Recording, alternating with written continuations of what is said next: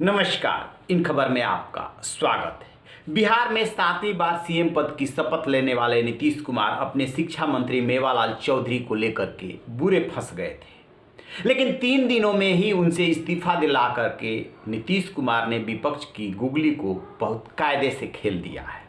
दरअसल ये इतना बड़ा मुद्दा बना था कि सरकार के शपथ लिए हुए 3-4 दिन हो रहे हैं। 16 नवंबर को शपथ ली थी। शपथ में एक तो उस समय जैसा रौनक होना चाहिए वैसा रौनक नहीं था, क्योंकि जेडीयू काफ़ी कमज़ोर हो गई थी। नीतीश कुमार भारी मन से सीएम बने थे और इसी बीच में जेडीयू के कोटे से जो मंत्री शामिल किए गए उसमें मेवालाल चौधरी भी थे।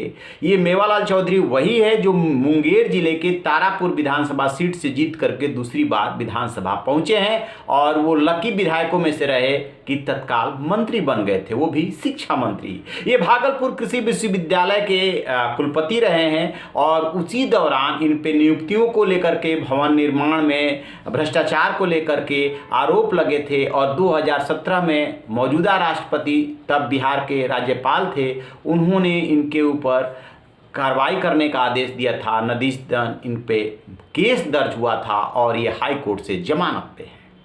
सवाल इसलिए उठे कि इनकी पत्नी नीता चौधरी की 2019 में रहस्यमय परिस्थितियों में सिलेंडर में आग लगने से डेथ हो गई थी। वो 2010 से 15 तक इसी तारापुर से विधायक भी रही थी।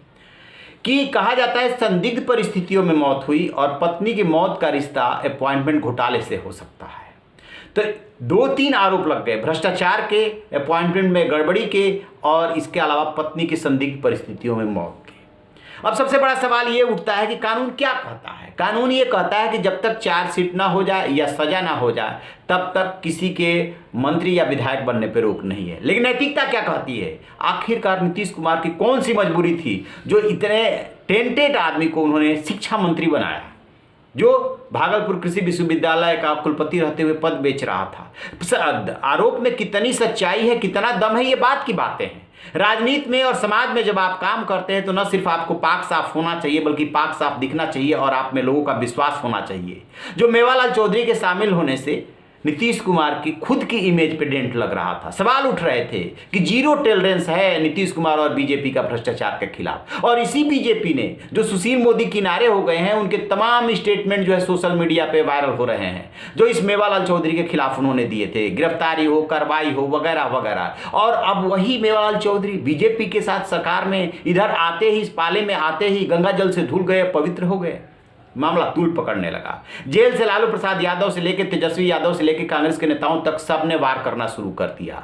सुशासन पे सवाल उठने लगे, नीतीश बाबू के भ्रष्टाचार के खिलाफ जीरो टॉलरेंस पे सवाल उठने लगे कि ये शिक्षा मंत्री लूटने के लिए बनाए गए हैं, लूट का माल मिल गया। खैर वो तो विरोधी हैं, वो तो आरोप लगाएंगे, लेकिन नीतीश कुमार ने क्या किया? बहुत अच्छा कदम उठाया। मेवालाल चौधरी ने आज प्रेस कॉन्फ्रेंस मीडिया से बात की और उसमें कहा कि देखिए 2 ही कंडीशन में होता है कि हम नहीं बन सकते। पहला, या तो कोर्ट ने हमें सजा याफ्ता कर दिया होता या हमारे खिलाफ चार्जशीट हो गया होता। दोनों में से कुछ नहीं हुआ है, इसलिए कानूनी रूप से तो कुछ भी गलत नहीं है, लेकिन नैतिकता का तकाजा है कि मैं पद छोड़ दूं। लिहाजा उन्होंने पद छोड़ दिया। मेवालाल चौधरी की अंतरात्मा नहीं बोली, इसके लिए बाकायदा पटकथा लिखी गई। बीजेपी में कोलाहल होने लगा था, क्योंकि बीजेपी कहने के लिए पार्टी विद डिफरेंस कहती है अपने को, भ्रष्टाचार नहीं और करप्ट लोग नहीं चाहिए, तो उस पर भी आरोप लग रहे थे कि उसकी सरकार है और अब वो क्या कर रही है। नीतीश कुमार भी परेशान हो गए थे। नीतीश कुमार इसलिए परेशान हो गए थे, एक बार पहली बात तो ये कि उनको 43 सीटें मिली है और वो चीफ मिनिस्टर बने हैं, यानी कि सूबे में 3रे नंबर की पार्टी है वो और उसका चीफ मिनिस्टर है। चलिए कह रहे हैं कि बीजेपी के आग्रह पे बन गया, तो नैतिकता क्या कह रही है? लिहाजा इसकी बाकायदे पटकथा लिखी गई।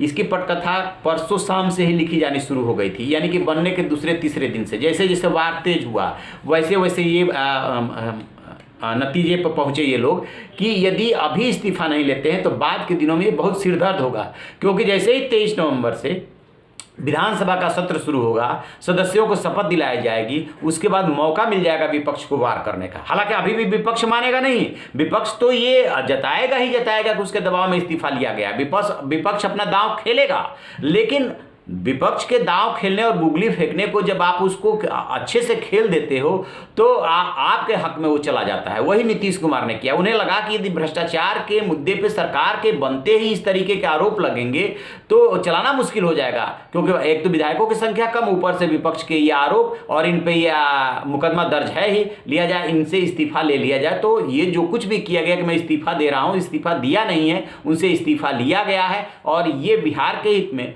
मुख्यमंत्री के हित में, सबके हित में है कि ऐसे लोगों को मंत्रिमंडल में नहीं होना चाहिए, वो भी एजुकेशन मिनिस्टर के रूप में। मतलब इनके वो भी वीडियो वायरल हो रहे हैं जिसमें वो राष्ट्रगान तक नहीं गा सकते, और कहने को कुलपति थे, अब शिक्षा मंत्री।